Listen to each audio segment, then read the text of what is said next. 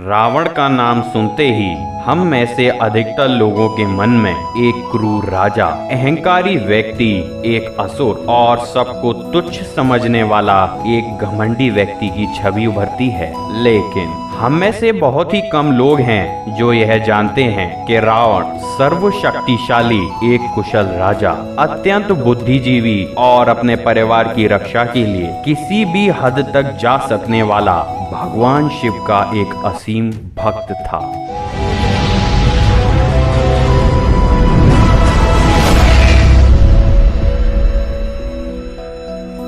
रावण जन्म से ना ही एक राक्षस और ना ही ब्राह्मण था। वह ऋषि विशर्वा का पुत्र था जो एक ब्राह्मण थे। उसकी माँ कैकसी एक क्षत्रिय राक्षसी थी जिसे ब्रह्म राक्षस के नाम से भी जाना जाता है। एक व्यक्ति जिसके पास ब्राह्मण की बुद्धि और राक्षस की शक्ति थी।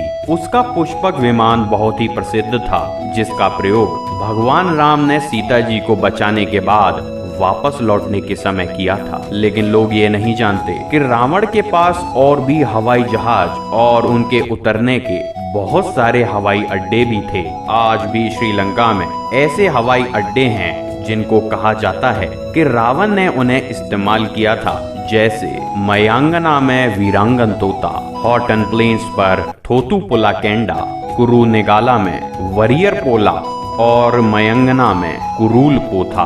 दोस्तों, क्या आप जानते हैं कि शिव जी ने ही रावण को रावण का नाम दिया था? ऐसा कथाओं में बताया जाता है कि रावण शिव जी को कैलाश से लंका ले जाना चाहता था, लेकिन शिव जी राजी नहीं हो रहे थे, तो उसने पर्वत को ही उठाने का प्रयास किया, जिसे देख शिव जी ने अपना पैर कैलाश पर्वत पर रख दिया, जिससे रावण की उंगली दब गई। हठी रावण दर्द होने के बावजूद भी जोर जोर से शिव तांडव करने लगा। यह सब देखकर शिव जी को बड़ा अजीब लगा कि कोई व्यक्ति इतने दर्द होने के बावजूद भी इतनी तेज तेज आवाज में शिव तांडव कैसे कर सकता है। उसी क्षण शिव जी ने रावण को रावण का नाम दे दिया, जिसका अर्थ होता है तेज तेज आवाज में दहाड़ना। दोस्तों, रावण सर्वशक्तिशाली भी था, जिसका प्रमाण उसकी इस बात से लगता है कि रावण तीनों लोकों का स्वामी था। उसने न केवल इंद्रलोक बल्कि भूलोक के भी बड़े बड़े हिस्सों को अपनी असुरों की ताकत से बढ़ाने के लिए कब्जा किया था।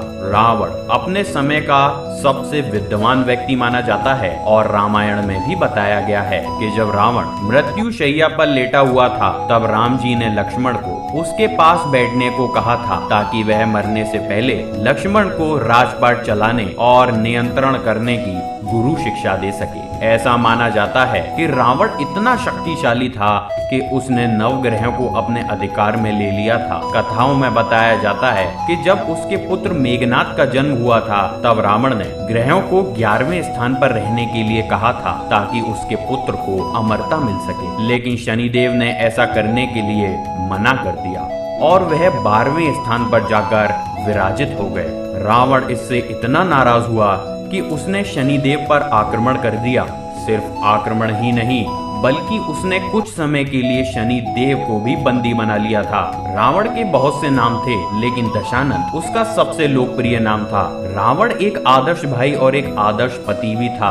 एक तरफ उसने अपनी बहन सूर्पणखा के अपमान का बदला लेने के लिए इतना बड़ा फैसला किया जो उसकी मौत का कारण था, तो वहीं दूसरी ओर अपनी पत्नी को बचाने के लिए वह उस यज्ञ से उठ गया जिससे वो राम जी की सेना को तबाह कर सकता था। इसके अलावा जब कुंभकर्ण को ब्रह्मा जी ने हमेशा के लिए नींद में सोने का वरदान दिया था, तब रावण ने वापस तपस्या करके इसकी अवधि को 6 महीने कराया था, जिससे पता चलता है कि रावण अपने भाई बहनों और पत्नी की कितनी फिक्र करता था। भारत और श्रीलंका में कई ऐसी जगह हैं जहां पर रावण की पूजा होती है। दक्षिणी भारत और दक्षिणी पूर्वी एशिया के कई हिस्सों में रावण की पूजा की जाती है और अनेकों संख्याओं में उनके भक्त भी हैं। कानपुर का कैलाश मंदिर साल में एक बार दशहरे के दिन खुलता है, जहां रावण की पूजा होती है। इसके अलावा रावण को आंध्र प्रदेश और राजस्थान के अलग अलग हिस्सों में भी पूजा जाता है।